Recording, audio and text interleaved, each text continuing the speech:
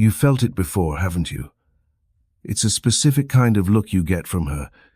It's not just desire, not just attraction. It's bigger than that. It's a look that seems to go right through you, not seeing the man you are today, but seeing the man she believes you could become. There's a flicker of something in her eyes. Maybe it's hope, or maybe it's a kind of hunger. You feel like you're finally being seen, truly seen, but that feeling is a beautiful illusion. What's really happening is that you're being measured, scanned. You're a blank canvas, and she's already picking out the colors she's going to use to paint her masterpiece. The only problem is that masterpiece isn't really you. It never was. This might sound like the start of a bitter rant, but it's not. It's the beginning of a much deeper conversation, one that a brilliant thinker warned us about over a century ago. His name was Carl Jung. And Jung wasn't some motivational speaker selling you feel-good platitudes. He was a psychologist, but even that word feels too small. He was more like a cartographer of the soul, a man who spent his entire life charting the vast, hidden territory of the human mind he famously called the unconscious. This is the part of you that runs the show from behind the scenes, pulling strings you don't even know exist. And in his deep dive into our inner worlds, he uncovered something profound, and frankly, a little terrifying about the dynamic between men and women. He found that very often, a woman doesn't fall in love with a man. She falls in love with the idea of a man. She falls for a fantasy, a potential, a psychological projection. And the most unsettling part, most of the time, she has no conscious idea that she's doing it. You walk into her life, and you think she's choosing you for you, your quirks, your history, your actual personality. But what she might actually be choosing is the version of you that she has built in her mind. She's the director of a movie that's been playing in her head for years, and you just happen to look the part. You're the new lead actor. And the moment you go off script, the moment you fail to deliver your lines the way she imagined them, she doesn't change the story. She just recasts your role. Jung gave this a technical name. He called this specific kind of projection the animus. Now, stick with me here, because this term is crucial. The animus, in Jungian psychology, is the unconscious masculine side of a woman's psyche. Think of it as a kind of internal collage, an image built from her father, from cultural heroes, from characters in books, from past lovers, from all the spoken and unspoken messages she has ever received about what a man is supposed to be. It's her inner blueprint for the masculine. When this animus is immature, when it hasn't been consciously examined or understood, Jung said it acts like a tyrant. It hijacks her perceptions. It's the invisible force that can make a woman chase after a man who is objectively bad for her, simply because he perfectly matches some rebellious, bad boy archetype in her unconscious blueprint. It's the same force that can make her dismiss a genuinely good, stable man because he feels boring, which is another way of saying he doesn't fit the dramatic role her animus has written. It's what fuels arguments that seem to come from nowhere, a desire to control without wisdom and a tendency to moralize without any self-awareness. Jung didn't mince words. He described this state as a kind of spiritual possession, where the woman herself is no longer acting from her own conscious self, but from the powerful, shadowy grip of this inner masculine fantasy. And men, we fall for it. We fall for it every single time, because we're not taught to see it. Our society doesn't equip us with the psychological tools to understand this dynamic. You feel her intense focus on you, and you mistake being desired for being known. You hear her say, "You're different from everyone else," and you mistake being chosen with being understood. You believe her because you want to believe her. You believe you're the one who has finally broken through. But in reality, you may just be the latest face she has cast to play a role she's been trying to fill since she was a young girl. Then, inevitably, the fantasy starts to crack. The mask slips, You say something or do something that the character she invented would never do.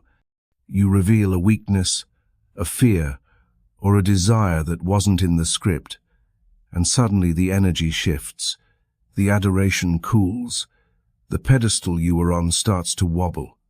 You're left standing there completely confused, feeling betrayed and maybe even humiliated, replaying every moment and wondering, what did I do wrong? But here's the key, the part that can set you free. You didn't necessarily do anything wrong. You just stopped being a convincing actor in a play you never auditioned for. You broke character. And the director is not happy. The curtain comes down, and you're left alone on the stage, while she's already holding auditions for your replacement.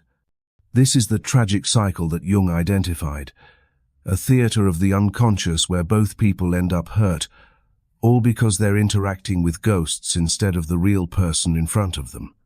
Understanding this pattern is the first step. The next is figuring out what on earth you're supposed to do about it.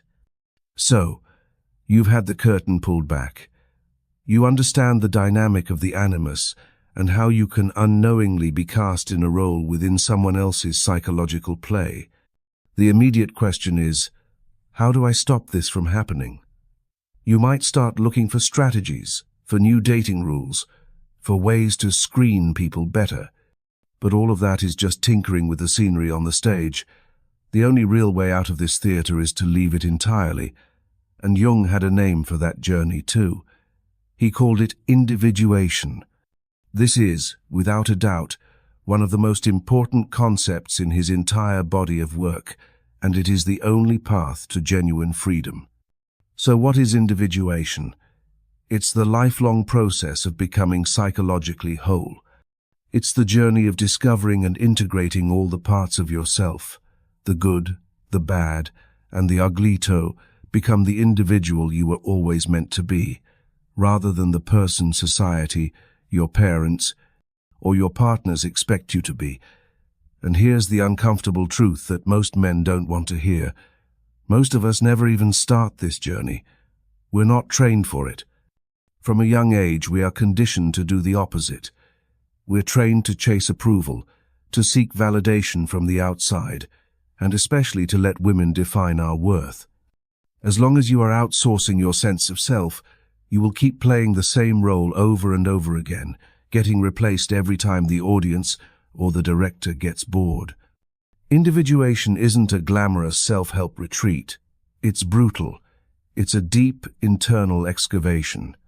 It requires you to turn your focus away from her, away from blaming her, away from trying to please her and turn it inward. It demands that you finally confront the parts of yourself that you have systematically buried for years. You have to face your own inner shadow, another key Jungian idea. The shadow is everything you don't want to admit you are. It's the weak part of you, the insecure part, the broken part.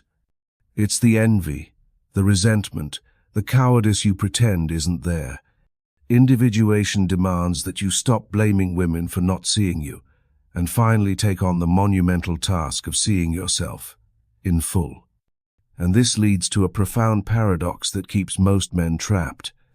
You believe that by being agreeable, by being predictable, by making yourself completely available and molding yourself to her desires, you will become more lovable.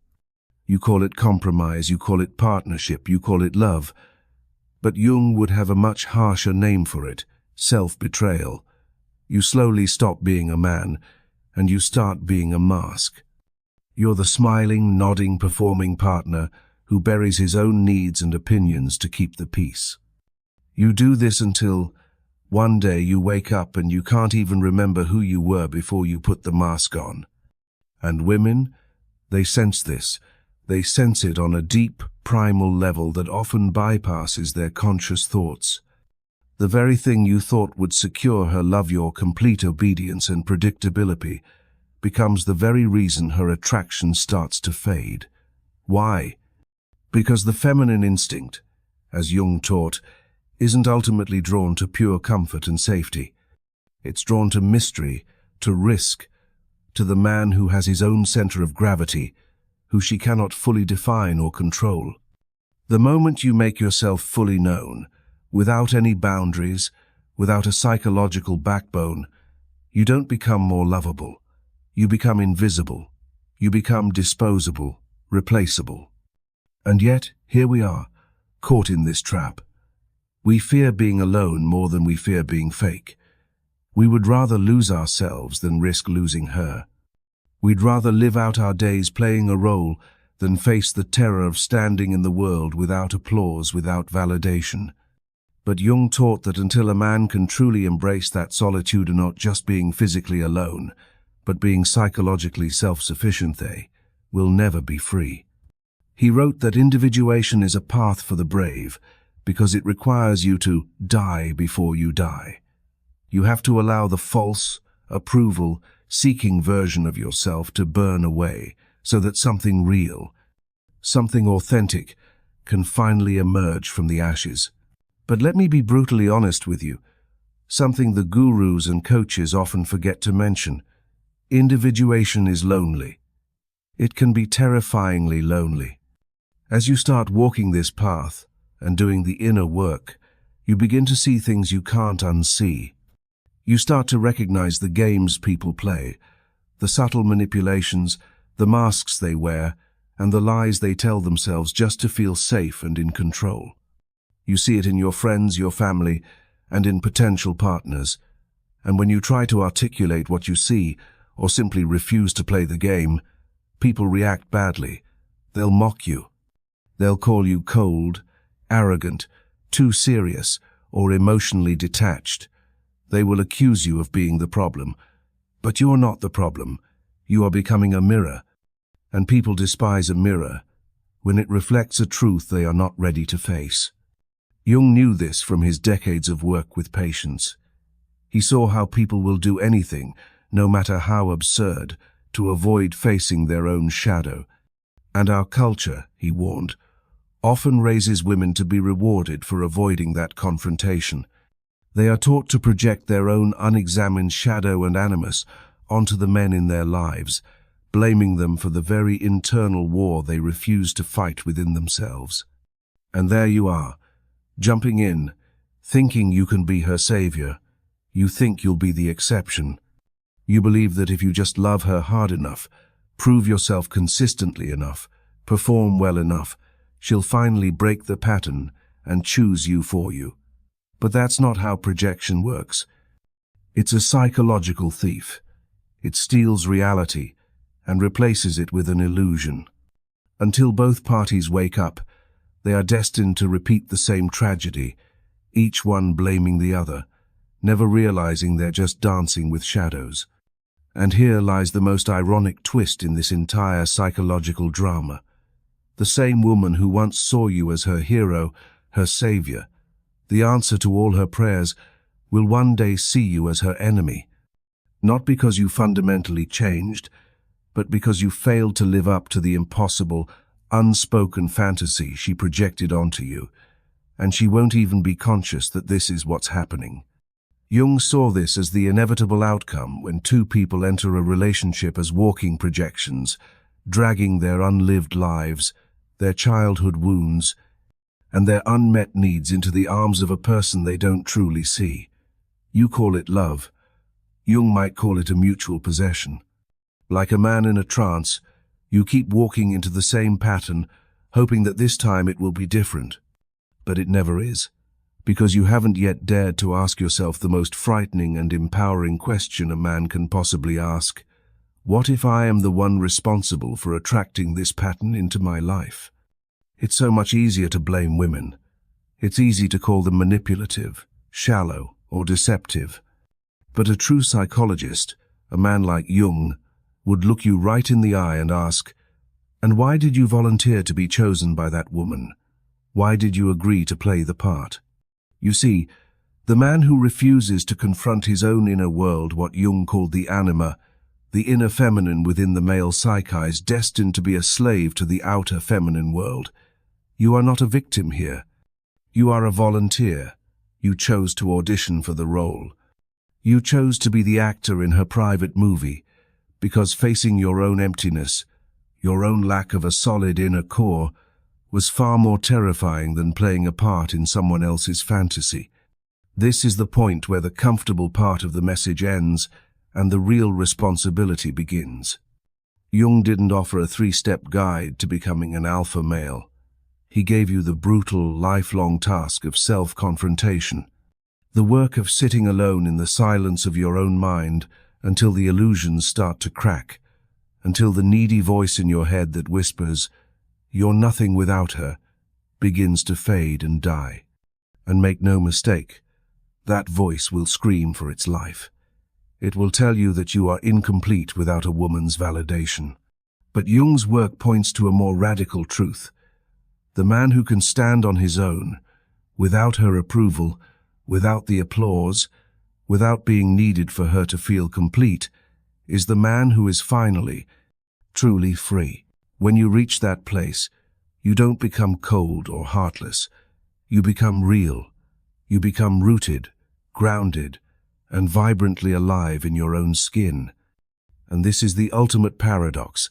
That is when women will feel the most powerfully drawn to you, not because you need them, but precisely because you don't. You'll find yourself smiling at the old dynamic, not with bitterness, but with a deep understanding. You understand that she is on her own journey, that she must face her own animus, that she must wake up from her own illusions. And you realize with absolute clarity that you cannot do that work for her. You can't save her from herself.